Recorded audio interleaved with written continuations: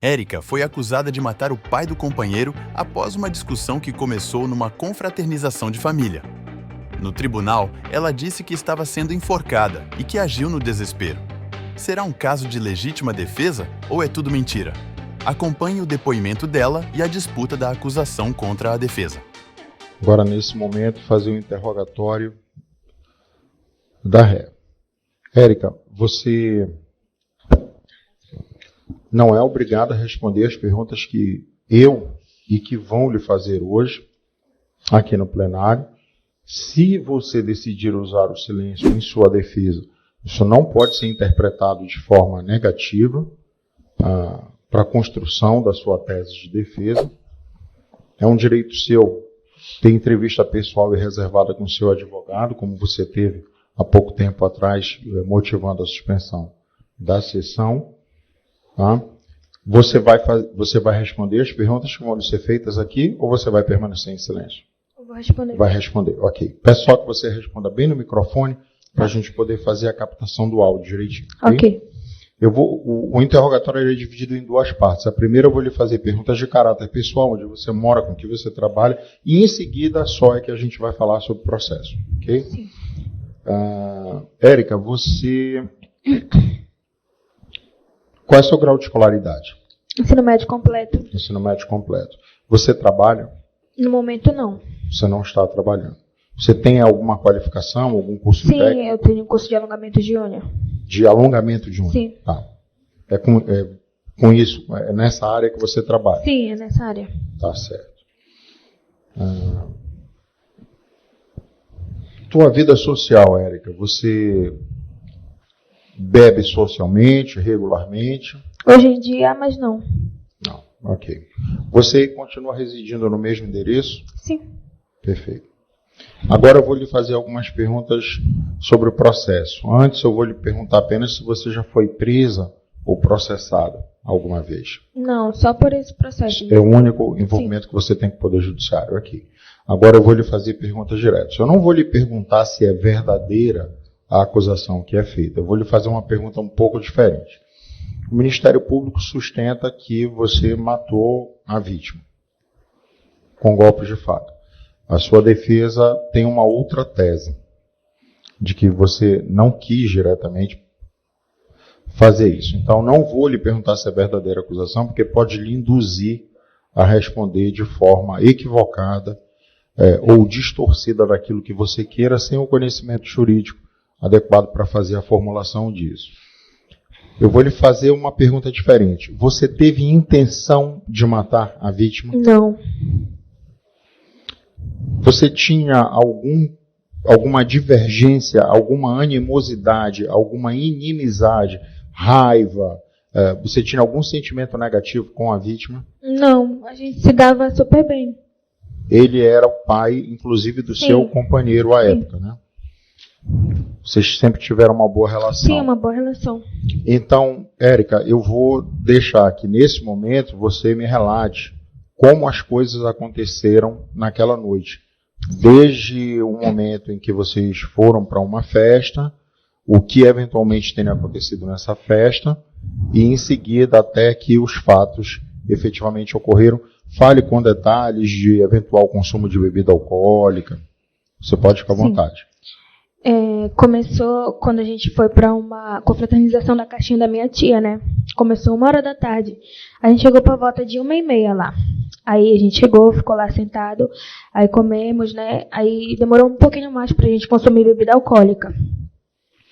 Aí quando chegou lá por volta de 7h da noite, que a gente já estava mais reunido, tinha chegado mais gente, a gente fez uma mesa assim grande, acho que reunimos 2 ou 3 mesas, assim, ficou bastante gente com a gente. Aí as meninas ficaram do outro lado, ficou só elas e o pessoal delas lá. Aí quando chegou 7h da noite, a Belém veio na minha mesa, perguntando se eu queria cerveja, né? Aí tá, eu peguei o copo dela. Quando eu peguei o copo dela, ela falou, eu sei que tu não gosta de mim, que tu não deixa o Rivaldo falar com ninguém. Eu falei que eu não proibia ele de falar de falar com ninguém. Aí ela falou que sim, é verdade, que tu não deixa ele falar com a gente, porque quando tu tá aqui, ele não consegue, ele não fala com ninguém. Quando tu não tá, ele fala. Aí eu falei, mas não é por culpa minha, porque eu não proíbo nada. Aí eu chamei ele, Eu perguntei na frente dela se eu proibia ele de algo, né? Ele falou que não. Aí tá. Aí começou. Aí toda hora ela ia lá na minha mesa e ficava provocando. Aí tá, eu fui relevando. Aí quando chegou uma hora, eu falei pra ele que era pra gente ir embora, que ela já tava querendo fazer graça da minha cara. Aí, quando chegou, aí ele falou, tá, a gente já vai embora. Aí a gente foi no banheiro, chamei ele pra ir no banheiro comigo, né? Que ele viu que elas já estavam já fazendo graça, mesmo que elas estavam indo toda hora lá na mesa e, tipo, pra falar comigo. E no normal, elas não falavam comigo. Aí a gente foi no banheiro, aí uma das filhas delas, a Kemily, né? Foi com a filha mais velha. E eu tava fazendo xixi lá no banheiro, ela tava batendo na porta, eu falei, calma que eu já vou sair. Aí quando eu tava passando no corredor, ela falou, esse bando de filho da puta, demora muito no banheiro. Aí eu falei, tu me chamou de quê? Aí ela falou, foi isso mesmo que tu ouviu. Aí eu falei que filha da puta era ela, que era pra ela respeitar, que a minha mãe não era igual a mãe dela. E tá, aí começou a discussão. Quando eu retruquei a ofensa dela, a outra irmã dela mais velha já se sentiu ofendida. Aí já vieram as duas pra cima de mim, aí já o Rivaldo começou a me segurar, e o marido da irmã mais velha segurou a irmã mais velha dela. E a menina também não fez nada. Ela só fazia quando eu tava com alguém. Aí tá, a gente foi pra lá, eu falei pra Belém que era pra ela controlar as filhas dela, que elas estavam muito alteradas lá na porta do banheiro. Aí a Belém também já veio alterada pra cima de mim, falando que as filhas delas não eram bicho pra ela controlar elas. Eu falei, mas elas não respeitam ninguém. Aí tá. Aí já começou a briga lá. Começou a discussão. Aí os meninos pararam a caixa de som e ficamos lá discutindo. Aí demorou um instante, elas ficaram cochichando lá com o Bolão, que é o Josimar. Ficaram cochichando com ele. E ele veio e trouxe elas embora. Aí meu tio falou que ainda não era pra mim ir, que era pra deixar tudo se acalmar, que era pra gente ir embora. Aí eu falei, tá bom. Aí, acho que um tempo depois, eu não sei mais ou menos quanto tempo, a gente foi. Aí elas estavam tudo lá na frente, tudo de risadinha. Aí eu perguntei por que ela tinha me chamado assim. Perguntei pra menor, que era que tinha me ofendido. Perguntei por que ela tinha me chamado daquele nome, né? Aí ela falou que era isso mesmo, era aquilo mesmo, que elas não tinham medo de mim. Aí eu tá, né? Aí já veio ela, já veio a irmã mais velha dela, e veio a mãe dela e a mulher da mãe dela.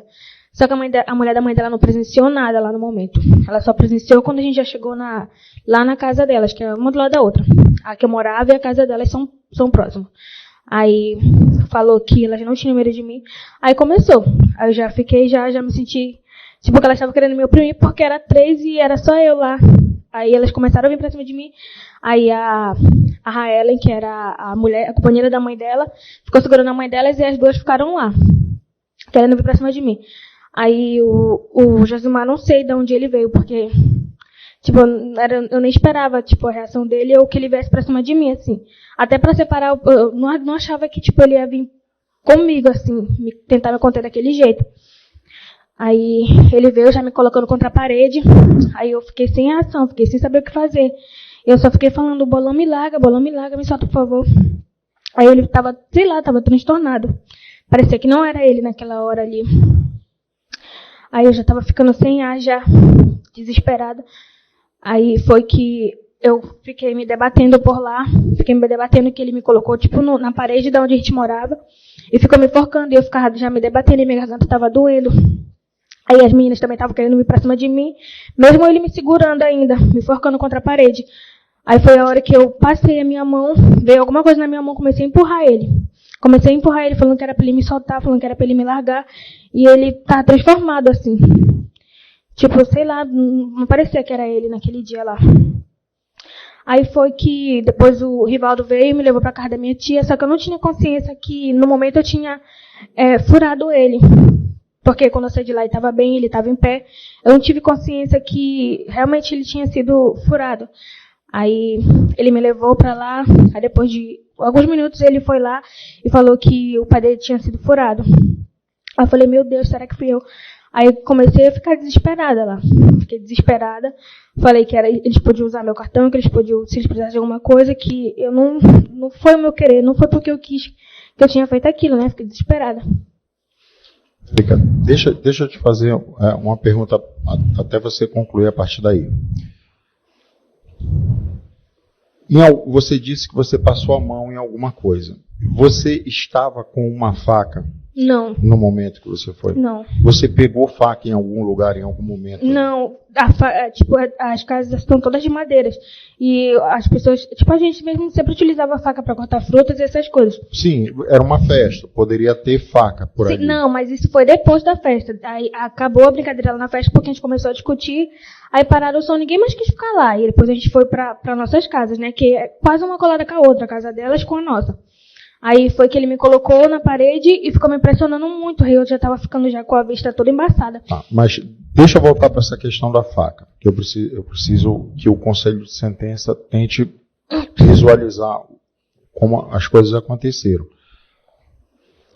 Você acha que poderia, você começou a beber 1h da tarde, meio-dia, mais ou menos, não foi Não, isso? foi a hora que a gente chegou, mas só que a gente não tinha dinheiro aí, já, de noite já que a gente veio beber. Beber, tá. Mas você consumiu uma boa quantidade? Sim, mas não foi o tipo, portar porre. Foi algo que dava para segurar. Tava ciente. Entenda assim, entre o 8 e o 80 existem muitas casas decimais. Não existe só o sóbrio e o porre. Uhum. Existem graus de influência da bebida alcoólica numa pessoa. Você pode ter perdido a noção por conta da quantidade de bebida alcoólica que você tomou? Eu acho que eu estava perdendo a noção quando ele estava me enforcando, que eu não sabia o que fazer, eu só queria sair dali. Mas entendeu? no momento que começou a discussão, que ele veio pra cima de você estava lúcida ainda? Sim, eu só estava tipo com sangue fervendo, assim, por conta das meninas. Aborrecida, eu entendo. Sim. Eu lhe pergunto se você conseguia entender o que você estava fazendo naquele momento.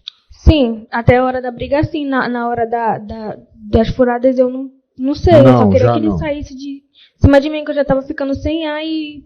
Aí eu ainda tava com medo das meninas virem, porque mesmo com ele me segurando, elas ainda estavam querendo vir pra cima de mim, só que tinha gente segurando elas. Ele estava apartando uma briga, ou você acha que de alguma forma, da maneira como ele te segurava, você está achando que ele, ou você achou naquele momento, que ele queria fazer alguma coisa com você? Não sei lhe dizer, porque, tipo, as pessoas que estavam apartando a briga, tipo, estavam segurando, assim, os braços das outras, tipo, o Rivaldo tentou me segurar, aí ele ficou segurando meu braço, ficou tentando me conter, assim, né, aí a mulher da Belém também, mas ele não, ele veio direto em mim, tipo... Eu quero que você mostre com o braço como ele te segurava, assim. Não sei dizer, só sei que eu não esperava. Mas era no seu pescoço? Era no meu pescoço. Pois é, mas era o quê? Com o braço? Eu acho que era mais ou menos assim que ele estava. Ou aí, com a logo mão? quando ele me colocou na parede, eu fiquei assustada, né? Você não conseguia ver se era com a mão ou com o braço? Eu creio que era com o braço, porque eu não conseguia sair de jeito nenhum. Tá. Aí eu fiquei assustada logo quando ele me colocou contra a parede, né? Porque eu não esperava aquela reação dele. Ele era um pouco agressivo quando ele bebia, mas nunca comigo. Aí sempre teve um relacionamento bom de brincadeira e tal. Aí eu fiquei assustada logo de início, né? Mas depois de um tempo eu vi que ele tava, tipo, sério mesmo. Aí eu fiquei com medo. Aí eu comecei a falar pra ele me soltar, e ele nada, parece que ele não tava no corpo dele, não sei. Aí foi que eu passei a mão, fiquei me debatendo lá, passei a mão. Aí veio alguma coisa na minha mão, comecei a empurrar ele. Falei, Bolão me solta. E nada. Aí depois de um tempo que ele me soltou. E você foi para a sua casa com... Sim, aí me levaram para casa da minha tia. Aí depois de alguns minutos caminhando assim, aí a menina falou que ele tinha sido esfaqueado. Aí eu já fiquei desesperada. Não consegui... Só no dia seguinte que a polícia foi na sua casa? Na Não, manhã, foi, né? não, foi alguns minutos depois. Ela falou que ele tinha sido esfaqueado, eu fiquei desesperada. A polícia, quando a polícia foi à sua casa, você foi até o local onde tinha ocorrido a briga? Sim, eles com o falaram policial. que era pra mim ir lá e eu fui. Tipo, sem noção de nada do que era pra fazer, do que era... Sei lá, eu tava atordoada mesmo. E você viu quando... Você acompanhou o depoimento do investigador Ronaldo aqui em plenário. Ele disse, ela mostrou, eu peguei a faca. Você lembra do momento em que ele pegou a faca? Lá Eles do chão? perguntaram como era a faca, né? Porque no outro dia ninguém tinha visto nada. Eu não sabia se era realmente uma faca ou não. Porque, tipo, eu não senti entrando, não vi sangue nem nada. Eu só sabia que eu tava com alguma coisa e tava empurrando ele pra ele sair do meu pescoço. Aí, no outro dia, aí falaram que era perfuração de faca. Aí eles ficaram procurando lá, eles perguntaram como era a faca. Eu falei, não sei, moço, não sei como é. Aí depois o delegado avistou uma faca, aí ele viu o cabo da faca e perguntou se a gente tinha a faca daquele... Tinha a faca com cabo vermelho lá. Eu falei que sim, lá na casa tinha. Que era que a gente usava pra cortar a fruta, né? Aí ele falou, então achei. Aí depois ele mandou apontar, eu apontei. Aí começaram a bater um monte de foto. Perfeito. Em relação ao seu tamanho, Érica, a vítima era maior que você ou menor que você? Era maior que você? Era maior. Fisicamente, ele era mais forte? Sim, fisicamente era mais forte. Sim. Mais forte. No tempo era mais magra. Tem mais alguma coisa que você queira falar na sua defesa nesse processo diretamente para o juiz? Só que eu não tinha dimensão que era uma faca e que ele estava sendo furado por mim. Na hora eu não soube, eu só queria sair daquela situação que eu já estava ficando agoniada e eu pensei que eu ia desmaiar ali. Tipo, eu pensava que depois de um tempo, né, que eu fui presa, depois disso, fiquei 3 meses. Aí que me falaram que era faca e o menino lá do lado falou que ele tinha cortado castanha lá um dia antes e deixado aquela faca lá, mas ele falou, caramba, se não fosse a faca também, podia ter sido tu ou ele. É depois que eu vim entender, é verdade. Se não fosse ele, talvez eu estaria morta e ele estaria aqui hoje no banco dos réus. É isso. Érica, eu não vou te perguntar se você está arrependida, porque você disse que não praticou o fato, pelo menos não como foi descrito na denúncia, mas você se arrepende de ter, de alguma forma, se envolvido na confusão, de ter discutido, de ter ido tomar satisfação ali com a Kemily ou com familiares naquela noite? Sim, mas não foi eu que procurei a confusão, não foi eu que fui mexer com elas, eu estava quieta no meu canto. Elas só estavam falando e eu estava retrucando com elas, porque, umas semanas antes, as minhas amigas tinham ido pra lá e elas nem nada. Aí quando elas viram que eu tava sozinha, pra que eu ficasse com medo delas, sabe? Mas não pensei que fosse pra esse lado. Aí eu pensei que a gente ia chegar lá na casa e ia ficar tudo de boa, né? Mas não, elas ficaram de deboche. Perfeito. Perfeito. Os membros do Conselho de Sentença gostariam de fazer perguntas diretamente para a acusada? Sem perguntas. Doutor Nadilson, o Ministério Público quer fazer perguntas à acusada? Bom Pode dia. ficar à vontade. Érica, você vai responder agora as perguntas do Ministério Público, depois as do seu advogado. Ok. Tá, porque ela falou bem rápido, eu não consegui entender algumas coisas. Caso vocês tenham entendido, o senhor pode repetir, doutor. Ela falou na velocidade do WhatsApp acelerada, assim, 2.2. O motivo da confusão com a Kemily, né? Qual era o motivo dessa confusão? Porque ela tinha me chamado de filha da puta. Como? Ela tinha me chamado de filha da puta. Não foi por causa do ciúme do seu namorado, marido, não, né? Não, isso é o que a mãe dela fala, que é pra filha dela sair como uma adolescentezinha. Érica, tenta aqui, usando a expressão que o doutor Nadilson usou, tenta usar a velocidade 1.0. Sim, vou tentar. Porque fica mais fácil na captação de áudio. Quando você fala pessoalmente, a gente ouve, mas com o uso do microfone distorce às vezes um pouco. Tá então bom. tente falar um pouquinho mais devagar para ficar mais fácil para entender. Tá, eu quero saber assim, o que ela falou exatamente para você e o que você falou para ela. Eu quero saber o que foi. Sim, a provocação começou desde quando elas começaram a ir na nossa mesa. Começaram a ir, a mãe dela que começou a ir na minha mesa e oferecer cerveja e ficar debochando. Aí depois começou ela a ir, ela ficava toda hora me olhando e rindo, me olhando e rindo. Aí eu chamei o Rivaldo e falei pra gente ir embora. Aí ele falou, não, espera mais um pouquinho, a gente já tá indo, já tá acabando, tá acabando o balde que eles tinham pedido. Aí eu falei, tá bom, então bora lá no banheiro. Logo em seguida que a gente foi pro banheiro, elas foram atrás da gente e começaram a ficar de deboche lá na porta do banheiro. Aí foi que eu saí do banheiro, aí ela falou, esse bando de filho demora muito no banheiro. Aí eu falei, isso mesmo pra ela, tu me chamou de quê? Aí depois ela falou, foi isso mesmo que tu ouviu. Eu falei, respeita aqui, a minha mãe não é igual a tua não. Aí eu falei que filha da puta era ela. Aí já veio ela e a irmã dela pra cima de mim. Mas isso ela é a mãe dela, então. Ela e a irmã dela pra cima de mim. E você sabia que ela era menor de idade, que ela tinha 14 anos? Sim, ela era menor de idade sim, mas que ela tinha 14 anos não. Parece que ela já tem mais. Vocês eram vizinha, conviviam? Tinham contato sempre ou não? Elas não falavam comigo. Foi a primeira vez que, no caso, ela debochou de você, então? Sim, até então ela passava lá na frente, não falava nem oi, nem bom dia, nem boa tarde. Eu também não fazia questão. Mas eu não pensei também que elas iam ficar tirando barato, assim. Porque a gente não tinha contato nenhum, assim. Só que elas eram vizinhas, mas a gente não se falava. Na verdade, acho que nenhuma gostava muito da outra.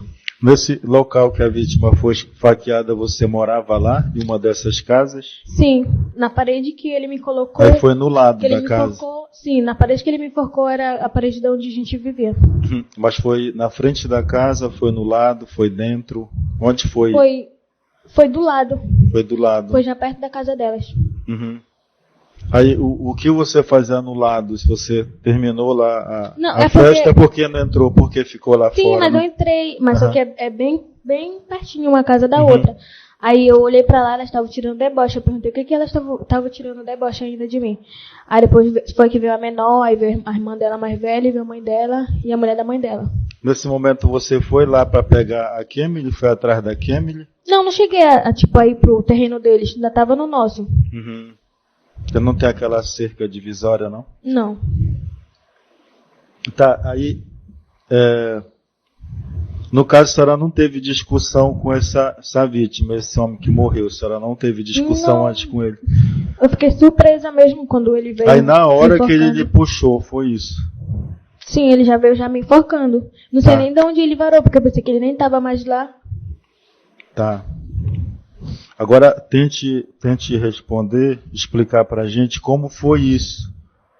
A senhora falou que ele lhe enforcou, foi isso? Sim. Aí como foi esse momento para a senhora dar as facadas nele, né? Porque no laudo consta que foi nessa região deltóide esquerda aqui, esse músculo, e 2 na região infraescapular. Aí estou tentando imaginar que a senhora fala que ele segurou a senhora pelo pescoço. Como foi que a senhora conseguiu dar esses golpes? A senhora sabe dizer? Eu só sei que eu estava me debatendo com ele. Ele estava na minha frente, eu estava me debatendo para que ele me soltasse. E ele não me soltava. E a senhora falou que estava com raiva, algo assim. A senhora falou pro juiz agora que estava com raiva? Mas das meninas, não dele. Uhum. Eu só fiquei surpresa dele ter vindo me enforcar. Uhum. Porque, ele não tinha nada a ver. E ele tinha um convívio melhor comigo do que com elas. Uhum. Só para a gente também entender, essas outras pessoas onde estavam. O Rivaldo, ele estava lá no momento? Não lembro. Na hora que ele estava me enforcando, eu já estava perdendo consciência. A Kemi, onde ela estava lá? Ela estava no local também. Mas ela conseguiu ver alguma coisa? Não sei lhe dizer. A mãe dela estava? Sim, elas estavam. Tava a Kemily, a mãe dela, a mulher da mãe dela, mas eu não sei lhe dizer. Eu já estava perdendo a consciência. Entendi. Tá ok, satisfeita, excelência. Obrigado, doutor. Doutor Paulo, o senhor quer fazer inquirição? Pode ficar à vontade. Érica, como era o teu relacionamento com o teu sogro? A gente tinha um bom relacionamento. Aí ele tinha 2 filhos. Aí tinha eu de nora e a mulher do outro filho dele. Ele sempre foi mais comigo. Aí a gente tinha tido... Eu tinha engravidado também do filho dele. Aí eu perdi. Ele que arcou com tudo, do velório, do caixão tudinho, das coisas, para mandar dinheiro para mim pro hospital. Sempre foi ele. Ajudava muita gente. Não tinha um mau relacionamento, era um bom relacionamento. Sem mais perguntas, excelência. Ok, doutor. Obrigado, doutor. Dona Maria, a senhora estava presente no momento quando os fatos aconteceram? Sim. A senhora viu o momento exato em que a vítima foi atingida? Não, eu não vi a hora que ela furou ele, né? Uhum. Só vi na hora que ele só veio. por uma questão de ordem, excelência, não sei se o senhor vai continuar procedendo assim, que está fazendo as perguntas direito às testemunhas, que seja consignado nos autos, né, que vai ser adotado para todos essa dinâmica. Na instrução plenária, sim, doutor Nadilson. Tendo em vista que o Ministério Público se manifesta contra esse entendimento, tá? No sumário de culpa, sim, doutor. Na instrução plenária, o legislador determina que assim seja feito para que o Conselho de Sentença, que é o órgão de julgamento, tenha a oportunidade de contato com as provas que não teve antes. Porque uma situação de uma pessoa, tudo bem, mas assim, todo o julgamento ser conduzido na instrução plenária, sim, doutor. Tá? Eu só quero registrar para... Pode, fica registrado. Obrigado. Fica feito o registro no Ministério Público. Pois não. Sim, A senhora pode continuar. não vi o momento em que ela furou, mas eu pensei que teria sido minha filha, né? Porque tinha uma pessoa me segurando quando o seu, que a gente chamava de bolão, foi para cima dela, entendeu? Vi que ele escorou ela na parede, sim, mas não vi o momento que ela furou ele. Perfeito. A senhora sabe me dizer o que ocorreu exatamente para que essa contenda tenha ocorrido entre ele e ela? Ciúme dela contra a minha filha, Kemily Vitória. Que é a Kemily. Tá. Mas exatamente a agressão, a faca, o uso da faca, o que motivou ela a... Não sei exatamente o motivo que ela teve, né? Ela foi em rumo à minha casa, que é próximo, para pegar minha filha. E ele impediu no meio do caminho. Por conta disso, a senhora acha que pode ter acontecido alguma Sim. coisa? Perfeito. Tá. Para mim, sem mais perguntas, Dona Maria já foi ouvida em plenário, em sumário de culpa. Algum dos senhores jurados gostaria de fazer alguma pergunta? Ao Ministério Público fica a franqueada a palavra. Você estava lá no local, estava bebendo com eles? Sim, Tá? Desde que hora você estava bebendo com eles? desde as 5 da Estava tarde. bebendo o quê? Cerveja. Uhum. Sabe a quantidade que a senhora tomou, que eles tomaram? Não. Nesse momento que houve o desentendimento da acusada com a Kemily, a senhora estava presente? Não, eu estava fora e ele estava em outro local. Tá, e como foi que a senhora soube? Quando ela chegou ao meu ouvido e disse, controla tuas filhas. Uhum. E eu perguntei o motivo e levaram ela. Só isso. Aí daí seguraram ela, o seu bolão, pegou a rabeta e me levou para minha casa. E depois o que a Kemily lhe contou que aconteceu? Não cheguei a perguntar totalmente, mas os desentendimentos foram dentro da casa por causa do ex-marido dela. A senhora estava no outro local, é isso? Sim, eu estava na frente e ele estava para dentro da casa do meu sobrinho. Uhum. Então a senhora não viu esse momento do esfaqueamento? Não. A Kemily viu? A sua filha viu? Ela estava no local, Uhum. porque foi rápido, ninguém viu ela furar. Quando chegamos próximo ao bolão, ele já veio só caindo, e ele caiu ao nosso lado. Ele chegou a caminhar e cair Sim, próximo de você. sim. A senhora viu em que parte do corpo ele estava ferido? No braço e 2 na costa. Uhum. E essa faca era de quem? Dela, Uhum. da acusada. A senhora chegou a ver antes ela lá com essa faca? Não. A senhora falou que a confusão era com a Kemily, né? Sim. Aí como foi que a vítima foi para ele essa confusão? Como foi isso? Ele pegou a embarcação dele e foi me levar na minha casa. Tá. Aí, Sendo... pois é, a confusão não era com ele, era com a Kemily. Como foi para ela esfaquear já ele? Isso que a gente quer entender. Sim, que nós chegamos em casa, ele não voltou logo na hora e foi em seguida ela chegou com o tio dela, na casa dela. Uhum. Ele é conhecido nosso, né? Então a gente ainda ficou conversando lá e foi na hora que ela chegou. A Kemily foi junto com a senhora? Sim, junto. Então, quando ela se queixou que a acusada estava brigando com ela, a senhora já levou ela ou não? Fomos embora. Então, a Saímos senhora do não local. estava no lugar do esfaqueamento, a senhora tinha saído? Sim, porque Então, a senhora não estava na o frente nem atrás, a senhora não estava lá então, né? O esfaqueamento não aconteceu no lugar da briga. Aconteceu quando eu fui para casa e o ex dela mora no lado da minha casa.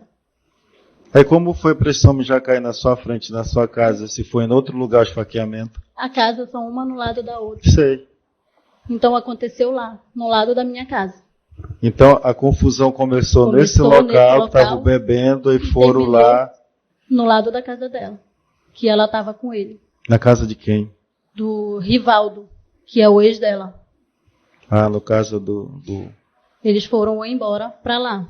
Uhum. E lá, Era sua casa no lado. sim, bem no lado. E a vítima morava lá? Não. Ele só foi nos deixar e continuou no local lá com nós. Ah, ele foi deixar vocês. Sim. Pois é, aí estava a senhora e ela lá. A senhora não viu o momento que ele foi esfaqueado? Estava a Tava. senhora e a Camille. A Kemily, ele Camille. e a minha companheira. E o Rivaldo estava onde nessa hora? Rivaldo estava com ela. Quando o seu bolão estava com ela, ele correu para chamar o tio dela, que ele não estava conseguindo conter ela. Então ele não estava, ele não viu o esfaqueamento. Ele não viu. Uhum. Tá. A vítima foi esfaqueada em que local? Na frente de qual casa? No lado da casa dela. No Ele lado saiu- da casa Ele dela. saiu levando ela e aconteceu bem no E lado a senhora da casa dela. estava onde nesse momento? Eu estava sendo segura porque eu pensei que tudo isso estaria acontecendo Mas, com a pois minha é, filha. só estava dentro da casa, na frente da casa, no lado. No lado da casa. A Sendo senhora que, estava no lado. sim, A senhora estava sendo segurada por quem? a Ellen. Que não queria que a senhora fosse se meter. Sim. Mas ela queria matar a Kemily ou queria matar essa vítima, esse rapaz? Eu creio que a intenção seja minha filha, porque era o ciúme dela com a minha filha. Mas ciúme de que elas tinham algum relacionamento? Do marido dela com a minha filha. Ah, tá. Então todo mundo estava embriagado nessa história. Sim. Não estaria porre, entendeu? Uhum. Estava ciente de tudo que aconteceu. E depois disso, ficou normal? Vocês se falaram, todo mundo? Como ficou? Não. Sendo que a gente não estava entrando em contato nem com ela e com o Rivaldo, sim. E o Foi Rivaldo eu- continuou com ela ou não? Não. Não? Satisfeito, excelência. Obrigado, doutor Nadilson. Doutor Paulo, a defesa quer fazer perguntas? Quero O sim. senhor excelência. pode ficar à vontade de fazer diretamente, doutor. Obrigado. Eu gostaria de saber se você, em algum momento anterior, lá na festa, quando ela falou para você controlar as filhas, aí naquele contexto, se ela chegou a ameaçar sua filha de alguma forma. Não ouvi. Em nenhum momento eu ouvi ela ameaçada. Momentos antes, ela tinha o desejo de matar sua filha? Não. É, Eu você, saiba, não. você percebeu algum... você mora do lado, né, dela, como você mesmo disse. Em algum momento você escutou ou ouviu, só diga sim ou não, se você sabe, tá? Se ela tinha o desejo de... Se ela tinha o desejo de matar o sogro dela. Você sabe disso? Ela gritou. Não, momentos antes desse acontecido, Não. tá? Não. Não é na hora ali, momentos antes. Não. Você viu a faca na mão dela? Não. Você viu o sogro dela fazer a contenção, enforcando a Érica? Você viu essa cena dele empurrar a Érica contra a parede? Sim. Satisfeito, excelência? Obrigado, doutor. Testemunha dispensada. Dona Maria, a senhora pode acompanhar, por favor, a oficial de justiça. Nossos cumprimentos e mais uma vez uma honra, né, de trabalhar com Vossa Excelência. Vossa Excelência que é uma referência do judiciário paraense por sua capacidade de profissional. E eu não sei, realmente, quando falaram do Dr. Homero está no júri, eu falei, não sei por que ele foi, porque júri sempre é uma dor de cabeça, né? É sempre cada caso ele tem seus nuances próprios, e a gente também, devido ao pouco tempo que está, ele deseja êxito, né, com toda a sua equipe nesse trabalho, que é tão difícil, que é de realizar justiça, ao senhor Dr. Paulo Gonçalves Monteiro Júnior, advogado de defesa, Márcio Nazareno Cordovil dos Santos, estagiário, pessoas que estão na plenária, policiais militares, equipes da vara e senhores jurados com função dignificante de realizarem justiça no caso. Como eu falo sempre, os senhores jurados estão aqui porque o caso não é fácil. Se fosse fácil, não estariam aqui. Já começa por aí, né? O Tribunal do Júri é uma figura emblemática na história da justiça mundial. Tá? Antigamente, né, nos tempos remotos, as pessoas eram julgadas pelos anciãos, pelos mais velhos, idosos, pelos que tivessem mais autoridade. Mas isso não vinha dando muito certo, E o ápice disso não dar certo foi ali meados da Revolução Francesa, quando os juízes, que as penas não são essa maravilha que são hoje, né? Elas eram piores, era pena de morte, de banimento, extradição, tortura. Então as penas eram essas. Nós não tínhamos essas modalidades de penas que nós temos hoje. Então assim os juízes franceses impunham penas de morte para as pessoas que iam para a guilhotina. A sociedade se revoltava e matava os juízes. Chegou um momento na França que tinha 2 ou 3 juízes. Então, lá na época, os legisladores prestigiaram o Tribunal do Júri, né? Ou seja, colocou a sociedade, jogou a bola para a sociedade. Julguem aí, se der problema foram eles. Esses jurados não identificados, que ninguém sabe quem foram eles. Foi uma forma de dividir a responsabilidade com a sociedade. E a gente está ainda nesse momento, ainda está nessa moda de que a justiça ela é uma obra coletiva, né? Que ela precisa da participação de todos os atores. Isso é um movimento que ainda está acontecendo. Inclusive, no livro A História Íntima da Humanidade, o Teodoro Zeldini fala que o principal anseio da sociedade, da civilização é a justiça, que nós não conseguimos chegar, viu? Não conseguimos alcançar a justiça. Então, assim, é um desafio muito grande, né? E então, nesses casos de crimes dolosos contra a vida, onde há que poderia abalar a sociedade, que hoje abala menos, né? Devido a gente estar tanto acostumado com as violências de toda a natureza, a gente já assiste tudo comendo pipoca. Né? E a função nossa aqui é essa mesmo, tá? A função do Ministério Público é essa, né? Nesse enredo todo foi a acusação criada, porque também não deu certo a acusação particular. Antes também na história eram as familiares da vítima que eram incumbidos da acusação, inclusive até de aplicar pena. Então foi bolado isso, foi criado que houvesse um órgão oficial do Estado que fizesse a acusação, né, que fosse imparcial, independente, que pudesse formular essa acusação, que claro que a acusação e defesa elas sempre vão ter visões diferentes, mas assim, a acusação ela vai falar assim pelo nome da vítima cobrando sua vida, mesmo que na nossa sociedade socialmente umas vidas valem menos do que as outras. A gente aqui, o papel da gente é dizer, olha, essa vida vale igual que todas. O nosso papel vai ser isso, né?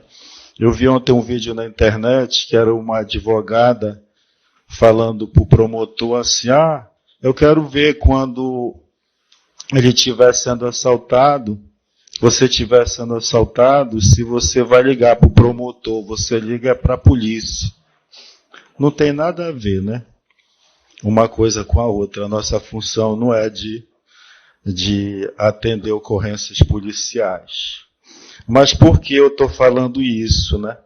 Porque nesse trajeto que nós estamos construindo da justiça, e é bom falar isso também, a gente está vivendo um momento de desmoralização coletiva de todas as instituições jurídicas no Brasil, né? E as nossas dificuldades estão cada vez maiores de realizar a justiça, por várias razões, legislativas, interferência dos poderes, então não é fácil, não está sendo fácil. O que nós estamos vivendo hoje inclusive com o Ministério Público, não tem sido fácil, né? E aqui, por exemplo, eu fiz uma fala registrando, né, de que o Ministério Público deveria perguntar primeiro, né, o juiz registrou. Mas por que isso? Porque nessa história da justiça, ela tem suas ideologias, as pessoas, os atores, eles são usados também, achando que estão fazendo tudo certinho, mas não estão. Eles estão cumprindo ordens. Eu falo assim, e fazendo uma análise, inclusive, de exemplo do órgão, do Ministério Público, tá? Do Ministério Público. O Ministério Público, ou nesse formato atual, ou anterior, ele sempre também foi braço de defesa do Poder Executivo e Legislativo na história. Hoje ele diz que não, que o novo Ministério Público, após a República, após a Constituição.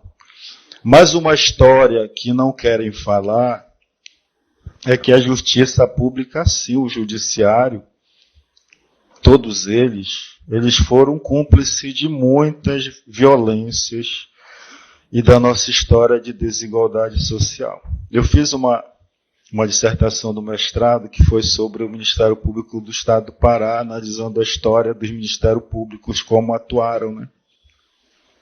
E cada vez que a gente buscava essa história, a gente ficava chocado, né? Porque naquela época ali no início da colonização, que a religião oficial era a católica, quem confessasse outra religião, olha, é crime isso. Aí quem denunciava era o promotor público. Quem discordasse do governo era crime. Aquele órgão acusador fazia também a denúncia. E eu acho que muito mais, até antes, mas não deixa de ser hoje, aí quando você faz uma denúncia, aquela pessoa pode ir lá, né, ser morta lá dentro do cárcere. Então, o que acontece? Esse processo, ele perdurou, né? Na ditadura, pouco se fala, né? Fala assim, o que fizeram com as pessoas no período da ditadura, que sumiram, prenderam, eu falo, pouco falam de quem manteve essas pessoas presas, dos juízes, dos promotores que fizeram a denúncia para aquela pessoa ir consentindo com toda a tortura. Eu não vejo falar disso, né? Aqui, o arquivo da ditadura, anos atrás, do arquivo público, a sala pegou fogo, destruindo assim muita memória da ditadura no estado do Pará. Só para a gente fazer uma análise desse enredo da justiça. Então, hoje em dia, o processo penal brasileiro e outras leis estão vindo assim cada vez mais restringir o poder de acusação, porque quem sabe fazer acusação é o Ministério Público. Esse tempo todo, quem trabalhou na acusação foi o Ministério Público. E essas leis vêm cada vez restringindo, né, limitando o acesso à prova. Hoje em dia, até para arquivar um caso, tem que comunicar para o Poder Judiciário. Para começar uma investigação, tem que fazer a notificação para o Poder Judiciário. Aí agora, realmente, mudaram o artigo, né? O juiz pode perguntar primeiro. Mas eu falo assim, como é que a acusação fica se ela não pode, já que ela é dona da ação penal, né? Ela que leva as pessoas em julgamento, sustenta a acusação, como é que ela pode se manter dessa forma e se ela não pode também produzir provas. Eu já falei uma vez com uma delegada brincando, né? Ela fez um inquérito lá, eu falei, tá bem fraquinho. Aí ela falou que não, que estava bom. Eu falei, então vai lá no júri sustentar isso, que isso não vai dar em nada. Aí quer dizer, é muito fácil, né? A gente não fazer as coisas, não poder produzir a prova e depois vai lá, Ministério Público, sustentar. Mas o que acontece, falando mais especificamente desse processo do júri. O processo do júri, ele é um processo dinâmico. Os senhores vão ver muito isso aqui. E a gente não sabe o que vai acontecer, porque não depende da vontade nossa, e são de vários jurados também, que depende, né, o voto de cada um, então a gente não tem esse controle realmente de resultado. Onde não tem esse controle é aqui. A gente não tem esse controle no tribunal do júri. Mas assim, um detalhe importante eu quero falar para os senhores, que em razão desses processos eles dependerem mais de testemunha, a testemunha é uma coisa muito volátil, né? Fala uma coisa lá, depois fala outra, etc. Então, assim, por exemplo, esse aqui. Hoje, antes desse julgamento no plenário, foi ouvido uma testemunha só e a acusada. Quem foi ouvido antes, para chegar até aqui, né? Aí viram hoje que foram ouvidas mais pessoas, né? Aquelas que não foram encontradas antes. Inclusive faltou a Kemily. Eu não vou nem pedir para ser exibido o depoimento dela. Mas assim, a gente viu que cada uma parece que falou algo que não batia com o depoimento da outra, né? E como eu falo, é por isso que os senhores estão aqui, para analisar essas provas com a vivência, com a experiência, com a expertise que tem, né? Mas assim, o processo do júri é dinâmico. Teve um júri no mês passado, no outra vara, que não apareceu ninguém na instrução para ser ouvido. O juiz pronunciou com base num laudo só, aquele acusado. Ele veio para cá crente que ia ser absolvido. E o advogado dele também. Chegou na hora, apareceram todas aquelas testemunhas que não foram ouvidas em juízo e falaram, foi ele, eu vi, ele atirou sim, saiu condenado e preso daqui. Então, o que eu quero dizer é que o processo do júri, ele não é um processo terminativo, né? É feita uma investigação, é feita uma denúncia, né? Uma instrução que a gente pode dizer rápida, porque essa instrução ela não tem o objetivo de esgotar a prova, é saber se há materialidade, alguém morreu e se foi aquela pessoa. E se tem algum caso, alguma situação que exclua a punibilidade. Aí o juiz pronuncia, ele não pode nem se manifestar sobre o mérito.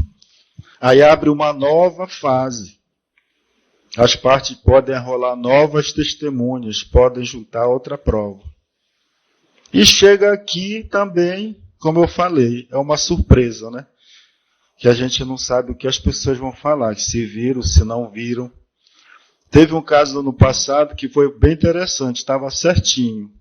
Vai ser condenado. Todo mundo falou que foi ele.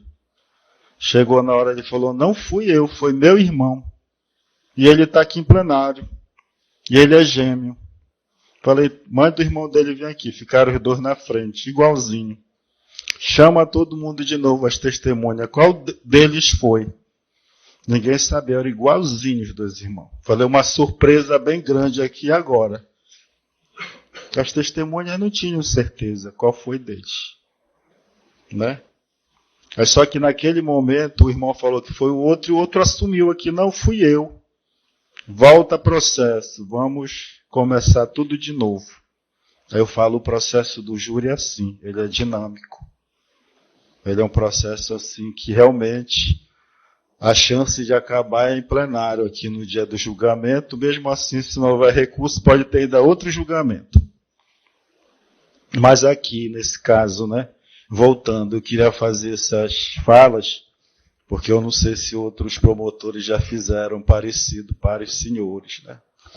Mas eu quero dizer assim, que a gente não traz ninguém à toa aqui.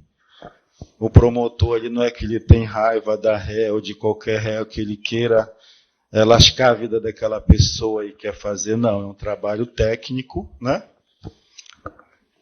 Matou, quem foi o autor? Aí no caso ela, é um quadradinho. O autor foi ela. Ninguém falou que foi outra pessoa que deu as facadas.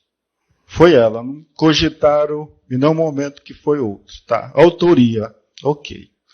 Materialidade, a vítima morreu, está dizendo aí no laudo que ele morreu em razão do golpe no tórax, né? Mas sofreu 2 golpes nessa região deltoide, que é essa região muscular, que o pessoal da academia gosta mais de malhar para ficar assim bem quadradinho, e aqui atrás na região infraescapular, no caso esquerda, né?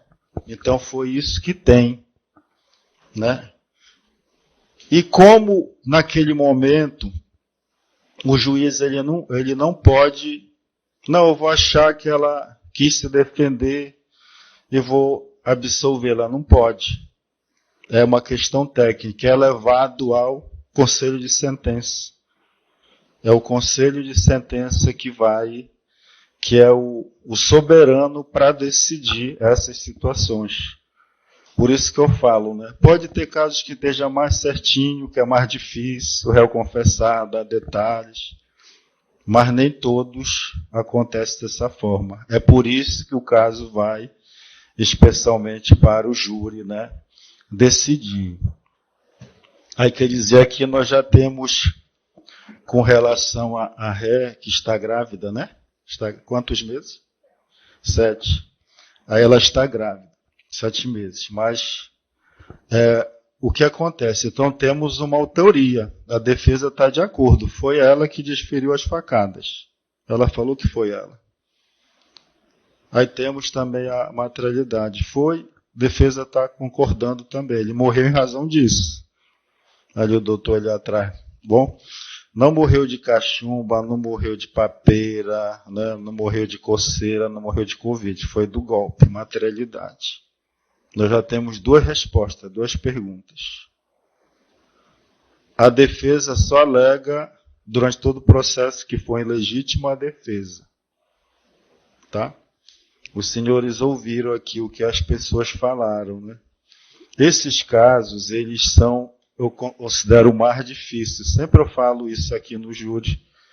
E falam assim, todos, parece que é um negócio, todos relacionados à violência de gênero de forma direta ou indireta.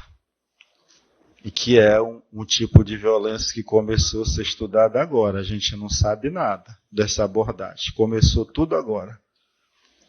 As pessoas eram ouvidas da mesma forma. As perícias eram feitas da mesma forma. O conceito de violência era só o tradicional. Hoje que está mudando a partir lá da década de 70. Né, que tem a violência doméstica familiar contra a mulher, o que sabe um pouquinho, né, uma noção disso. Mas assim, esse tipo de violência a gente pode ter um pouco de noção, né? Principalmente quem vem mais de família humilde, família pobre lá, a galera, como eu falo assim, eles não vão lá para a Europa passear o bebê lá na Torre Eiffel. Eles bebem ali na comunidade até cair no chão, né? Que a gente não sabe até o grau de percepção da realidade daquelas pessoas, porque o álcool ele faz um efeito também diferente de acordo com o corpo daquela pessoa, a complexão física, a quantidade que ingeriu, né? Moral da história, lá eles estavam juntos e ocorreu essa confusão aí, que em geral também aqui o clássico, mais de 80% são esses crimes, tá? Não são aqueles crimes de organização criminosa. É o companheiro, o namorado que mata a esposa, é o amigo no bar. Essa história da bebida aí sempre, a maioria dos casos envolve essa bebida. A galera lá que se conhecia se estranhou, aí começou a ver um deboche, ela ficou chateada. De forma que eu não vou nem dizer, doutor, que eles estavam mentindo. Eu não consegui nem compreender um pouco a dinâmica desses fatos, né? Porque eu não sei até que ponto eles viram, até que ponto eles não viram o que aconteceu, né? Alguns falaram que viram em parte, outro depoimento já desfez o do outro, dizendo que não estava lá. De tal forma que eles eram muito próximos, né? E eu falei assim, olha, isso tem tudo para a gente saber agora, porque, por exemplo, o Rivaldo era marido dela e a vítima o pai dele. Olha o grau de proximidade, não é nem proximidade, é super proximidade, né? Eu falo assim, é uma testemunha que tinha o dever, assim, de contar exatamente o que aconteceu, né? Se pudesse ser imparcial, mas até ele mesmo não soube muito explicar. O que todos falaram aqui, todos falaram, não vou dizer todos, né? Dois falaram que houve ele teria agarrado ela. Dois falaram isso, que houve, que presenciaram ele agarrar ela, que é o que ela fala. Mas ninguém, nenhum deles, nem mesmo a acusada, souberam explicar sobre os golpes. Como foi a circunstância desse golpe que foi dado, né? Talvez a defesa explique como foi esse golpe nessa região deltoide e nessa região infraescapular pelas costas. O que foi primeiro, o que foi depois, se era possível de evitar isso não matando ele, tá? Aí os jurados vão decidir, com base nessas oitivas que foram realizadas e com base nesse laudo. Até como foi falado, se ele era mais alto, era maior, como foi que ela picou, né?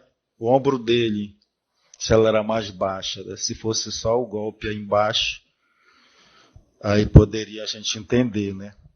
Mas assim, o Ministério Público entende que sim, que naquele momento ela não pensou duas vezes, né? Eu falo assim, não vou dizer que quis o resultado, mas para o legislador nosso é indiferente. O artigo 18, inciso 1º, aquele que quis o resultado ou assumiu o risco de produzi-lo. Responde igual, né? Se eu desfiro um golpe numa região que a pessoa pode vir a óbito, é também doloso. Naquele momento. E vejam que os jurados eles podem não concordar com nenhuma das partes. O Ministério Público pede condenação, o jurado pode também discordar. O Ministério Público pede absolvição e os jurados podem condenar.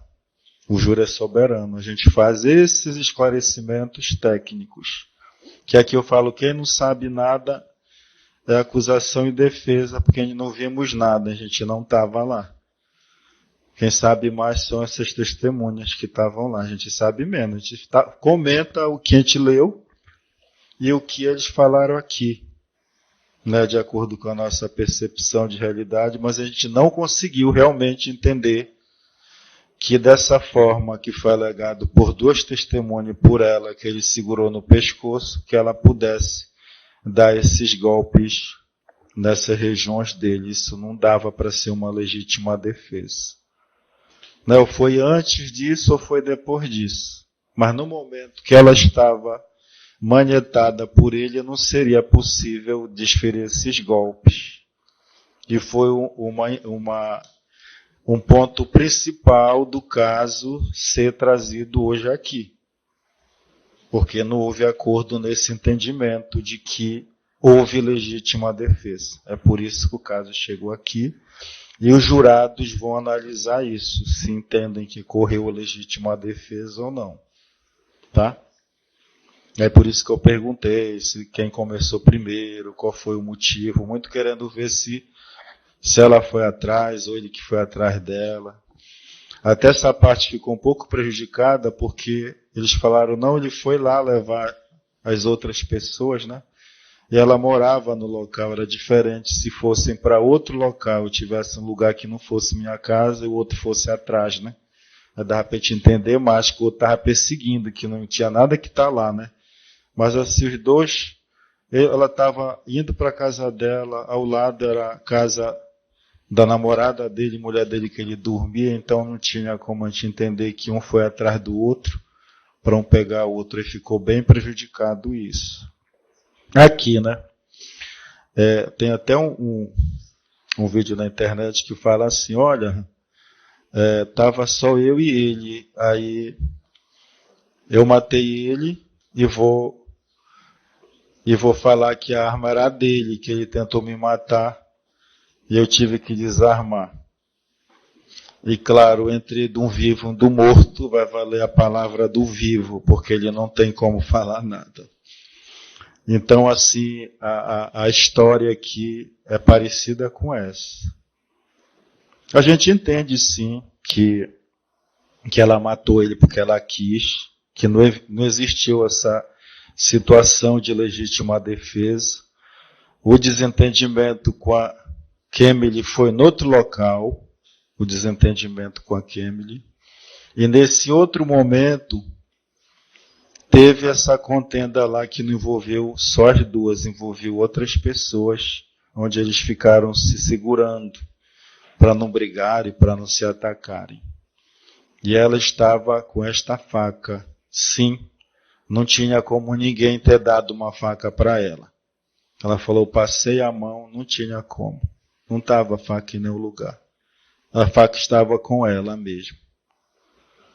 E depois ela levou e enterrou, escondeu essa faca. Então o crime houve mesmo, tá? Eu tenho certeza que o crime aconteceu. Aí tem esse outro detalhe, né? Porque o outro quesito, o terceiro, é o jurado absolve o réu.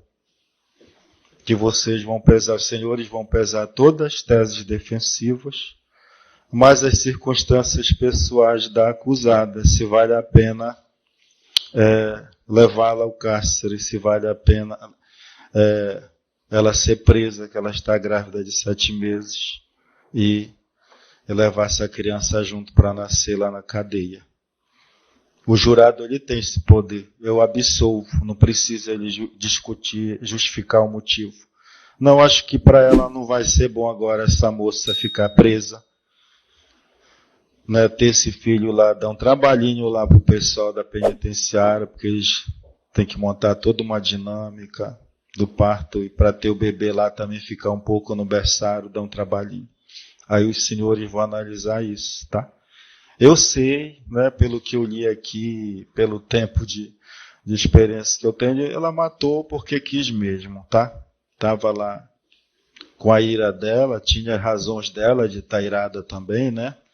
Cada um segura até um limite de deboche de alguém achincalhando, né? Mas aconteceu isso, mas a gente entende que não é adequado que se condene ela, tá? A gente entende que não vale a pena mantê-la ao cárcere diante de todo esse contexto que aconteceu. É um direito, uma prerrogativa do jurado. O jurado pode discordar. Eu, no caso, se fosse jurado, eu me votaria pela absolvição em razão do estado gravídico dela.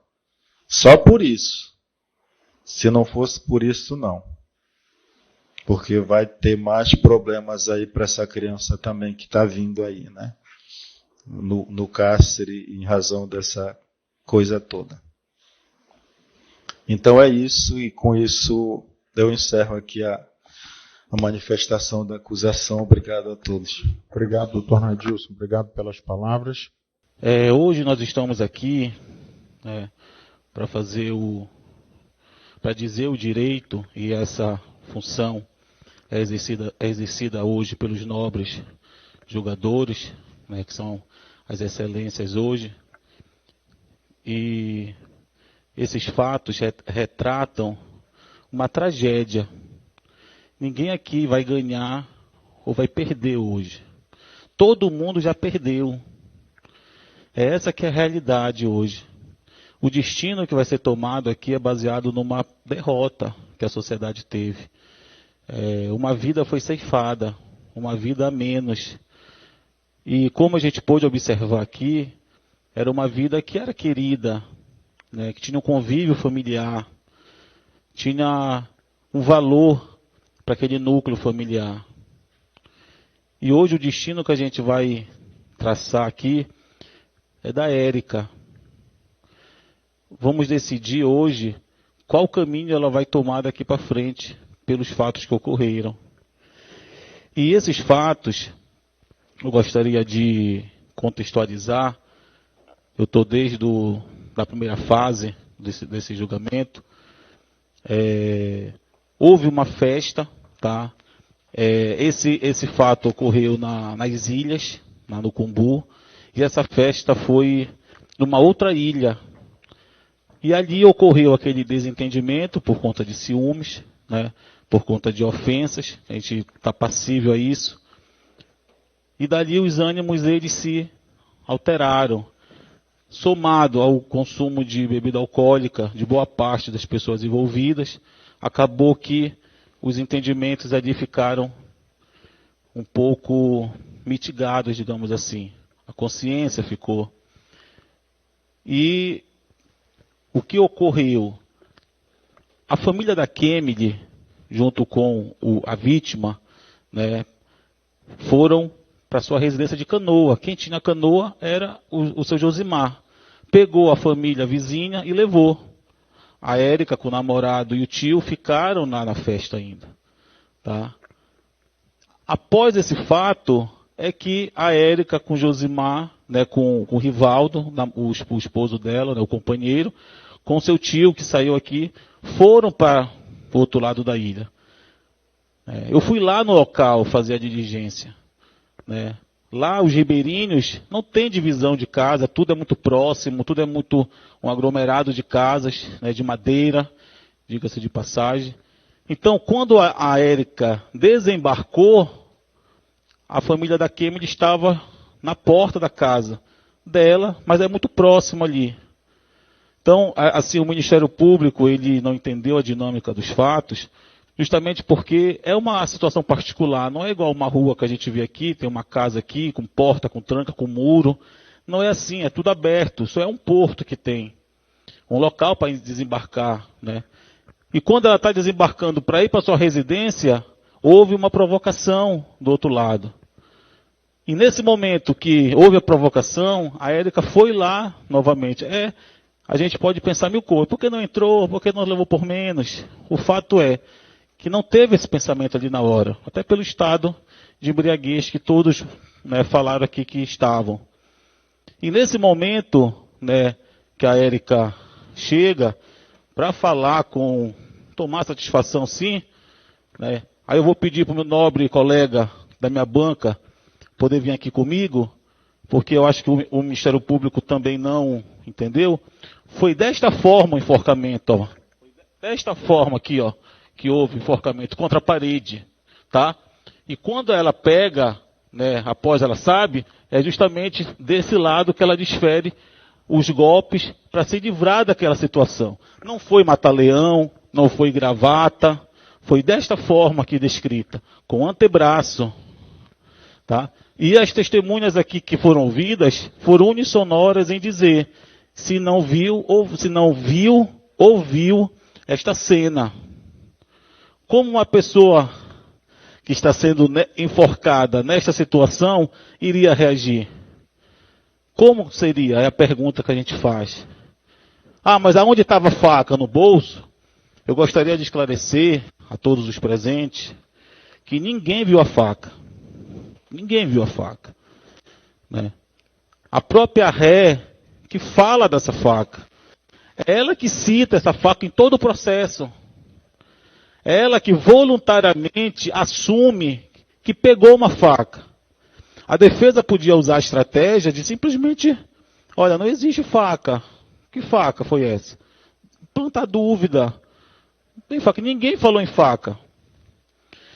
Na primeira fase foi ouvido, né, 3 pessoas como testemunha. Justamente porque o MP dispensou as demais. O Rivaldo, por exemplo, ele era da acusação e foi dispensada pelo Ministério Público na primeira fase. Hoje ele veio aqui porque eu também arrolei e falei, não, a gente quer ouvir, porque ele é filho da vítima e era companheiro da acusada. Né? E ele foi claro em dizer que ouviu falar que o pai dele estava enforcando a companheira. Naquele momento ali de confusão, pelo que parece, tudo correu muito rápido. Sem a premeditação, sem planejamento, sem nada. E naquele contexto ali de confusão, né, ninguém viu ela desferir as facadas aqui. Eu não me recordo de nenhuma testemunha falar, eu vi as facadas, eu vi a faca na mão da Érica. Então, no intuito de trazer a verdade e da transparência desse ato, A própria ré diz que pegou algo, que naquele momento ali não soube nem identificar o que era. Tempos depois, que ela ficou 90 dias ainda presa, quando saiu, foi que ela veio descobrir que foi uma faca que tinha, na verdade, de quem era a faca, porque ela mostrou a faca no dia da prisão, mas de quem era aquela faca. Lá, os ribeirinhos, eles costumam usar a faca para descascar fruta. Isso aí é normal. Não só eles. Anteontem eu encontrei na casa da minha sogra, quando eu olhei, eu falei, meu Deus do céu, daqui a 2 dias eu vou falar sobre essa situação aqui. Uma faca na cerca, que tinha uma árvore de caju em cima, e com certeza estavam descascando lá, usaram a faca para fruta. Né? Então não é algo absurdo, a gente não está trazendo aqui uma teoria da conspiração ou algo mirabolante. É uma área ribeirinha, onde as pessoas ali, a coleta de fruto é uma subsistência das pessoas que moram ali, assim como a pesca, eles vivem disso, do que cai da árvore, e ali utiliza esse utensílio doméstico para poder se alimentar. E estava por lá. E se não fosse a faca que estivesse ali? Se não fosse aquilo que estivesse ali? Né? Como seria hoje? Realmente quem estaria aqui seria, né, também por algo que talvez ele não teria a intenção de fazer. Tenho certeza disso, que nem a Érica tinha a intenção de tirar a vida do sogro, e muito menos o sogro tinha a intenção de tirar a vida da Érica, mas nas circunstâncias do momento, iriam levar a um falecimento ali. Imagina a traqueia aqui, que é uma região que a gente sabe que é muito frágil. Qualquer situação, inclusive ele que era maior do que ela, poderia trazer um trauma maior. Então o que a gente traz hoje aqui, né? Não é dizer que não houve o fato. Muito pelo contrário. A própria ré diz que houve. E só ela diz. É só ela que está dizendo aqui. Nenhuma testemunha conseguiu ver que foi ela que matou.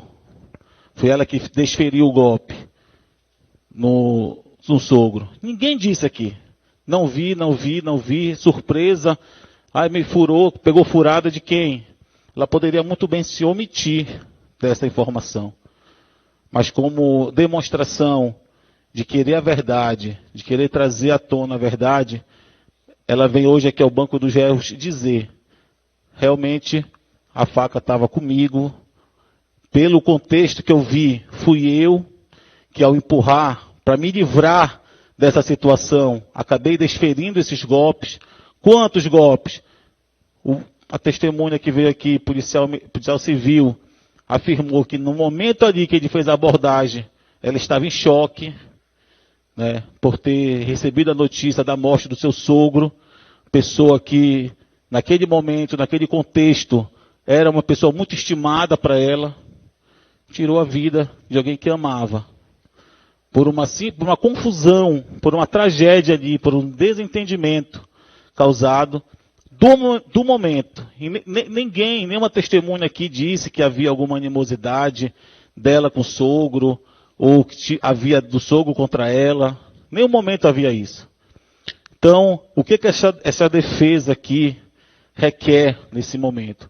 A absolvição. Não pelo estado gravídico que ela se encontra, que realmente esse é um outro ponto que já nos leva também a uma reflexão, né? Qual destino será dado para esta família que ela está formando agora? Isso é uma reflexão a ser feita. Mas, mesmo sem estar grávida, o que a gente vem pedir aqui é a absolvição dela. Tá? Porque agiu sim em legítima defesa própria. Né? Naquele momento estava sim sendo enforcada. Quem não viu, ouviu dizer isso. Isso sim nós ouvimos em plenário. Isso sim foi dito aqui hoje. O que não foi dito era a arma do crime. O objeto do crime não foi dito por ninguém aqui. Só pela ré. Porque, volto a dizer, a intenção não é se abster dos fatos. É dizer exatamente como os fatos aconteceram. E de que forma ela estava naquele momento. Sendo enforcada com o antebraço do sogro contra uma parede. Naquele momento, ela não conseguiu pensar, ou quem pensaria? Que conduta a gente poderia esperar de uma pessoa sendo enforcada contra a parede? que isso ficou claro aqui que aconteceu, tanto na primeira fase, como agora no júri. Ficou claro que o Josimar estava com o antebraço no pescoço dela. Mas se os nobres jurados entenderem que a absolvição pela legítima defesa não é o caminho que vai seguir hoje, a defesa requer subsidiariamente que o dolo, que a intenção seja afastada desse caso. Tá? Porque ficou claro aqui hoje que não houve intenção, premeditação, planejamento, porque ocorreu. Então, a manifestação dessa defesa, primeiramente pela absolvição da ré pela legítima defesa, subsidiariamente, tá? Pelo homicídio culposo, quando não há intenção de matar, pela desclassificação desta conduta. Era a manifestação da defesa, Excelência. Obrigado, doutor. Doutor Nadilson, o Ministério Público vai à réplica. Não, Excelência. Obrigado, doutor. Então, finalizados os debates, eu indago aos senhores jurados se estão em condições de proferir a decisão ou se precisam de mais algum esclarecimento. Eu vou ler os quesitos e explicar, claro, mas eu digo em relação ao processo. Alguma dúvida, algum questionamento? Não. Carlos, me passa o quesito. O Conselho de Sentença absolveu Érica ao reconhecer a legítima defesa, nos termos do artigo 492, inciso 2º, do Código de Processo Penal. E aí, gostou do vídeo? Inscreva-se para mais vídeos sobre a justiça americana e brasileira. Louvado seja o Senhor!